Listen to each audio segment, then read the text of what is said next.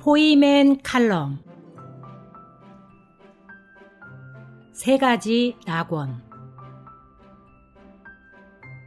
오늘은 복음서원에서 나온 다이제스트 1권 3호 176쪽에 있는 내용을 편집해서 소개하려고 합니다. 제목은 세 가지 낙원에 대한 것입니다. 세 가지 낙원. 성경은 분명히 하나님께서 사람을 위해 세 가지 낙원을 예비하셨다고 말합니다. 첫 번째 낙원은 에덴 동산이고 마지막 낙원은 새 예루살렘이며 둘 사이에 음부의 낙원이 있습니다. 첫 번째 낙원은 하나님께서 창조하셨던 사람의 타락하기 전에 거처였습니다. 마지막 낙원은 하나님께서 사람 안에서 하신 일들을 완성하신 후에 사람에게 주시는 영원한 거처입니다. 두 낙원 사이에 하나님께서 일하시는 과정 가운데서 사탄이 사람을 부패시켰고 그 결과 죽음이 들어왔습니다. 이 죽음의 문제는 계속 존재하고 있다가 주님이 다시 오신 후에야 해결될 것입니다. 그래서 하나님은 아직 그분의 일을 다 이루시지 못한 사람들의 영과 혼이 잠시 머물 곳을 예비하셨습니다. 이곳이 바로 음부의 낙원입니다. 하나님은 역대로 구원받은 믿는 이들 안에서 하실 일을 아직 끝마치지 않으셨기 때문에 그들을 음부의 낙원에 두시어 기다리게 하십니다. 따라서 많은 사람들이 생각하는 것처럼 사람이 죽으면 하늘로 올라간다는 관념은 잘못된 것입니다. 성경에서 그러한 말씀은 찾아볼 수 없습니다. 엄격하게 말해서 믿는 사람이 죽으면 바로 천국에 들어가는 것이 아닙니다. 우리가 진흙의 사람으로 살다가 어느 날 갑자기 천국으로 옮겨지는 것이 아닙니다. 그것은 미신이요 잘못된 관념입니다. 성경에 있는 올바른 관념은 하나님께서 그분의 생명으로 우리 안에서 일하신다는 것이며 우리 안에서 그분의 생명으로 우리를 변화시키셔서 영광에서 영광에 이르도록 하시는 것입니다. 이 일이 현 시대에 이루어져야 하는 것입니다. 따라서 현 시대에 거듭난 믿는 이들은 신성한 생명이 자라고 성숙해서 그리스도의 심판대에서 보상을 받게 되는 것입니다. 그 보상은 천년 동안 하늘에 속한 부분에서 그리스도와 공동 왕노릇하는 것입니다. 동시에 새 예루살렘을 미리 맛보는 것입니다. 반면 미성숙한 사람들은 천년 동안 바깥 어두운 곳에서 슬피 울며 이를 갈게 될 것입니다. 그러나 천년이 끝나면 모두가 새 예루살렘 안에 있게 될 것입니다. 현 시대의 성숙한 이들의 특권은 천년을 얻는 것입니다. 사람은 죽은 후에 어디로 가나요? 사람은 죽은 후에 누구든지 죽은 사람의 영과 혼이 보존되는 음부에 갑니다. 음부에는 두 곳이 있는데 하나는 믿는 사람들이 가는 낙원이고 다른 하나는 불신자들이 가는 고통받는 곳입니다. 누가복음 23장 41절 42절에 나오는 한 강도는 죽는 순간에 주 예수님의 이름을 불러서 구원받았습니다. 그는 예수님께 말하기를 주님의 왕국에 들어갈 때 나를 기억해 주십시오라고 청했습니다. 그러나 주님은 오늘 그대가 나와 함께 낙원에 있을 것입니다 라고 답하셨습니다. 마지막 죽는 순간에 구원받은 강도는 천국에 가는 줄 알았는데 주님은 그에게 답변하기를 오늘 나와 함께 음부의 낙원에 있을 거라고 하셨습니다. 여기에 낙원은 주 예수님께서 죽으신 후 부활하실 때까지 머무셨던 곳입니다. 이 낙원은 음부의 즐거운 부분으로서 아브라함과 모든 의인의 영과 혼이 기다리고 있는 곳입니다. 요한계시록 6장 9절에서도 죽임을 당한 사람들의 혼들이 제단 아래 곧 음부의 낙원에서 탄원하고 있는 것을 보여주고 있습니다. 믿는 이들은 음부의 즐거운 곳 낙원에 있을 것이고 불신자들은 음부의 고통받는 곳에 있게 될 것입니다. 주님이 다시 오실 때 거듭난 믿는 이들은 천년왕국 전에 생명의 부활로 거듭나지 않은 불신자들은 천년왕국 후에 심판의 부활로 부활할 것입니다. 에덴 동산과 새 예루살렘. 하나님께서 최초의 사람을 위해 예비하신 거처는 에덴 동산이라 불리우고 마지막에 예비하신 거처는 새 예루살렘이라 불립니다. 에덴은 즐거운이라는 뜻이므로 에덴 동사는 낙원입니다. 또한 새 예루살렘은 요한계시록 2장 시작 부분에서 낙원이라 불립니다. 창세기 2장의 낙원 안에 생명나무가 있고 계시록 22장 새 예루살렘에도 생명나무가 있습니다. 다시 말해서 창세기 2장에 있는 낙원은 곧 요한계시록 22장에 있는 새 예루살렘입니다. 이렇게 볼 때 처음에 하나님께서 사람을 위해 예비하신 거처는 낙원이었으며 마지막에 하나님께서 사람을 위해 예비하신 거처도 낙원입니다. 두 곳 모두 즐거운 곳이며 그 내용도 유사합니다.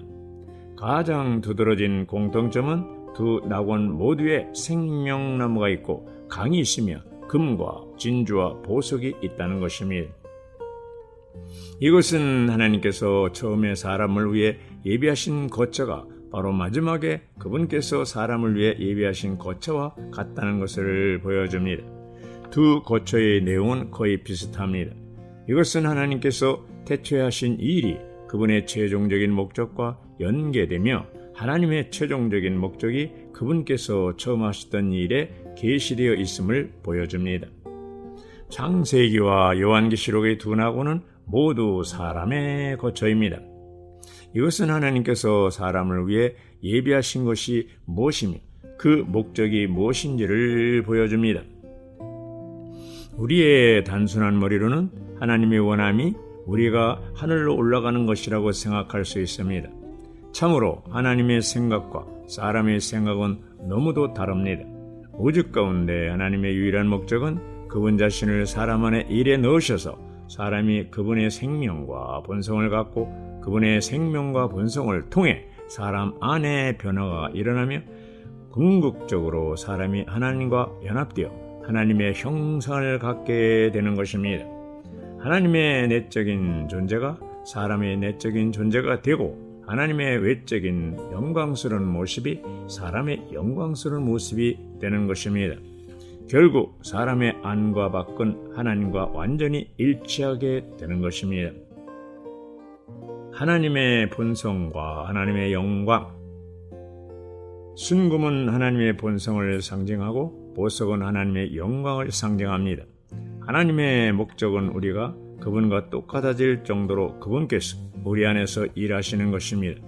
하나님은 그분의 본성을 우리 안에 넣어주시고 우리가 외적으로 하나님의 형상을 갖기까지 변화되기를 원하십니다.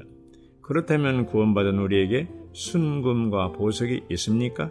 순금은 하나님의 본성이며 보석은 하나님의 영광스러운 형상입니다.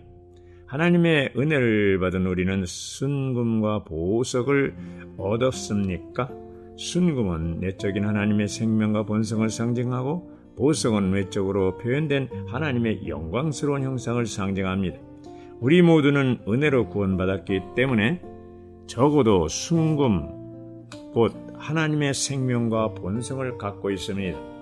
성경에 예표해서 하나님의 내적인 생명과 본성은 순금으로 상징되고 하나님의 외적인 표현은 주로 보석으로 상징됩니다. 출애굽기에서 모세가 하나님을 보았을 때 하나님의 발 아래가 청옥을 깔아놓은 것 같았습니다. 다니엘이 주님을 보았을 때 주님은 녹주석과 같으셨습니다. 요한계시록에서 요한은 이상 중에 하늘에 보좌 앉으신 분을 보았는데 그분은 벼곡과 홍옥수 같으셨습니다. 따라서 성경에서 보석이 하나님의 영광스러운 형상의 표현을 상징한다는 것은 의심할 여지가 없습니다. 순금은 내적인 하나님의 생명과 본성을 상징하며 보석은 외적인 하나님의 영광스러운 형상의 표현을 상징합니다. 창조의 하나님은 에덴 동산에서부터 시작하여 우리를 순금과 보석이 되도록 우리 안에서 일하십니다. 그분의 일이 완성될 때 우리는 새 예루살렘 안에 있게 됩니다. 그때 우리는 새 예루살렘 안에 있을 뿐만 아니라 우리 자신이 새 예루살렘이 될 것입니다. 하나님은 흙으로 만든 사람을 새 예루살렘 안에 두지 않으십니다. 새 예루살렘을 건축하는 모든 돌들은 하나님의 변화의 과정을 거친 보석들입니다. 사람이 안에 하나님의 생명을 갖게 되면 변화되기 시작하여 점점 새 예루살렘으로 건축돼 가는 것입니다. 그러므로 참되게 말하면 우리는 새 예루살렘 안에 들어가는 것이 아니라 새 예루살렘이 되는 것입니다. 이를 위해 생명의 성장과 성숙이 필요합니다. 우리가 변화되어 새 예루살렘의 건축 재료가 될 수 있는지 여부는 하나님의 생명이 우리 안에서 얼마나 자라고 성숙되었는지에 달려 있습니다. 새 예루살렘은 인격임. 요한계시록 21장 22장에서 새 예루살렘은 어린 양의 신부이자 아내이기 때문에 한 인격을 가리킵니다. 새 예루살렘은 영광스러운 한 사람입니다. 창세기의 에덴 동산에서 우리는 사람과 순금과 보석을 봅니다. 사람, 순금, 보석은 나눠져 있었습니다. 요한계시록 21장에 이르러서 새 예루살렘을 보면 그 안에 순금과 보석은 있지만 사람은 없습니다. 창세기의 에덴 동산 안에는 사람이 있으나 요한계시록의 새 예루살렘 안에는 사람이 없습니다. 왜냐하면 요한계시록 21장의 새 예루살렘 성 자체가 사람이기 때문입니다. 새 예루살렘 안에서는 사람과 순금과 보석이 하나이며 나눠질 수 없습니다. 에덴 동산에서는 아담과 하와를 찾을 수 있었지만 새 예루살렘 안에서는 12사도의 이름만 있을 뿐 12사도를 찾을 수 없습니다. 여러분이 그곳에 가서 베드로의 이름이 새겨진 돌은 거기 있는데 사람인 베드로는 어디에 있느냐고 묻는다면 아마도 베드로는 여러분에게 내가 바로 이 돌들입니다 라고 말할 것입니다.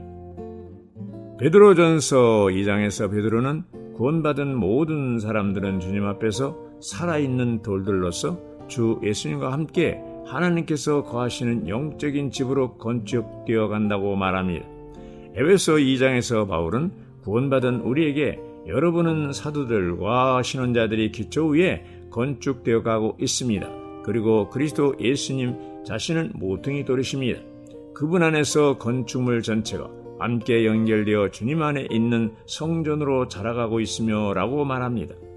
구약의 성전 안에는 하나님의 백성이 있었습니다. 그러나 신약에 와서 성전은 바로 그분의 백성입니다. 신약에서는 성전을 찾아볼 수 없고 다만 구원받고 건축된 한 무리의 사람들만 볼 수 있습니다. 신약에서는 구원받은 사람들이 성전입니다. 우리는 성전을 한 장소라고 말할 수 있으며 한 인격이라고도 말할 수 있습니다. 어떤 믿는 이들은 구원받은 사람이 장래 하늘에 올라갈 것이라고 말합니다. 그러나 요한계시록은 장래 새 예루살렘이 하늘에서 하나님에게서 내려온다고 말합니다. 그러므로 우리는 새 예루살렘에 올라갈 필요가 없고 다만 새 예루살렘 안으로 들어갈 뿐입니다. 그러나 사실상 우리는 단순히 새 예루살렘 안으로 들어가는 것도 아닙니다. 우리는 새 예루살렘의 일부가 되는 것입니다. 에덴 동산이 새 예루살렘이 됨. 하나님의 내용은 순금으로, 하나님의 표현은 보석으로 표징됩니다. 새 예루살렘의 길은 순금이며 밖으로 표현되는 성벽의 기초는 각종 보석으로 단장됩니다. 성의 영광은 보좌에 앉으신 분과 동일한 모습을 가지는데 둘 다 벽과 같습니다. 창세기가 시작될 때 하나님은 그분의 일을 시작하셨습니다. 창세기 2장에서 하나님은 흙으로 만들어진 사람을 순금과 보석으로 변화시키기를 원하셨습니다. 그러므로 에덴 동산은 하나님의 일의 시작이었습니다. 결국 하나님은 에덴 동산을 새 예루살렘이 되게 하실 것입니다. 에덴 동산에서는 하나님과 사람이 하나가 되지 않았으며 하늘과 땅도 아직 하나로 연결되지 않았습니다. 사람 안에는 아직 순금이 없었으며 밖에 보석도 없었습니다.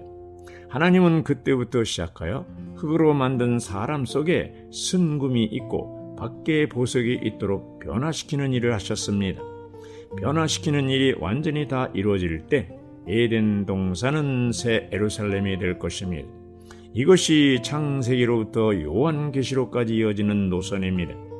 모든 세대에 걸친 하나님의 일은 에덴 동산을 새 예루살렘으로 변화시키는 것입니다. 원래 사람은 순금도 보석도 아닌 진흙이었습니다. 그래서 하나님은 그분의 목적이 이루어질 때까지 계속 일하고 계십니다. 베드로는 그의 첫 번째 서신에서 거듭난 믿는 이들이 산돌이라고 하였습니다.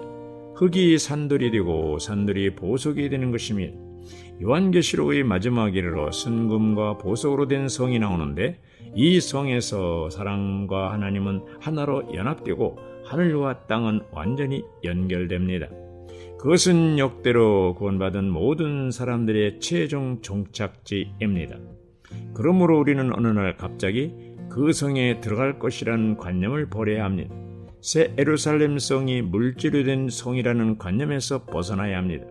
그러나 이 땅에서 많은 믿는 이들이 이 예루살렘을 여전히 물질적인 성으로 보고 있습니다. 오늘 우리는 하나님에 의해 변화되고 건축되고 있으며 하나님은 우리 안에서 일하셔서 우리를 그 성이 되게 하십니다. 우리는 새 예루살렘에 들어가는 것이 아니라 새 예루살렘으로 건축되고 있습니다. 그러므로 새 예루살렘에 들어가는 유일한 길은 새 예루살렘이 되는 것입니다. 새 예루살렘은 결코 물질적인 성이 아니고 하나의 인격입니다. 아멘.